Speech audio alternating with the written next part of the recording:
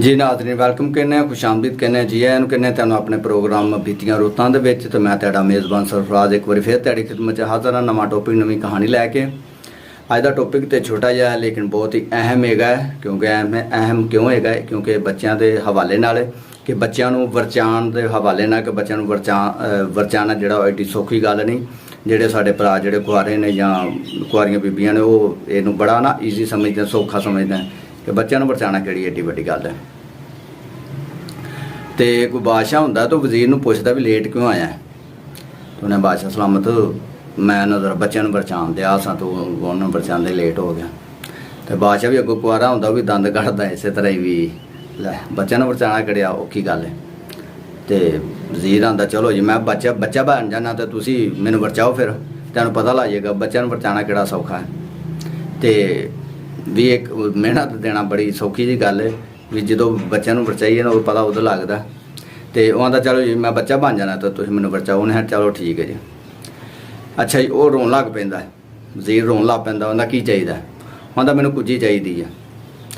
कुज्जी हुंदी छोटी जी बनी हुंदी है हांडी टाइप लेकिन हुंदी बिल्कुल छोटी जी है।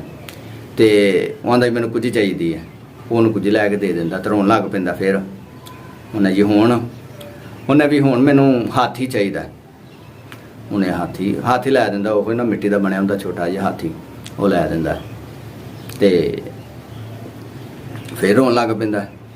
फिर आंदा हाँ हुण की चाहिए वो आंदा इस हाथी नूं ना कुज्जी दे विच पा। वो आंदा भी ये हाथी कुज्जी दे विच किवें पवेगा वो आंदा मैनूं नहीं पता इहनूं कुज्जी दे विच पा। रोन लग पैंदा फिर उच्ची उच्ची।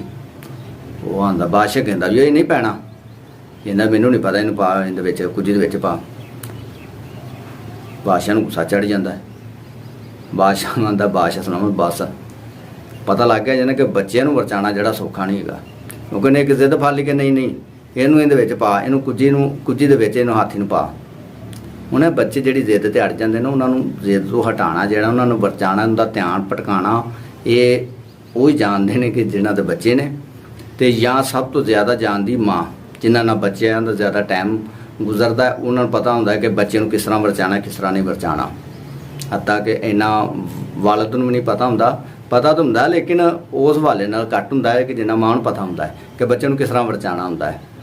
तो ये सी अज दा टॉपिक कि बच्चे नूं बचाना किस तरह होंदा है या किहड़े बचा सकते हैं। तो उम्मीद है कि अज दा जिहड़ा साडा छोटा जिहा टॉपिक है तुहानूं अच्छा लगा होएगा। अगली वीडियो वास्ते फिर साडे नाल अगली वीडियो दे विच फिर तुहाडे नाल मुलाकात होएगी। तद वास्ते अपने मेज़बान नूं दिओ इजाज़त। अल्लाह निगहबान पाकिस्तान जिंदाबाद।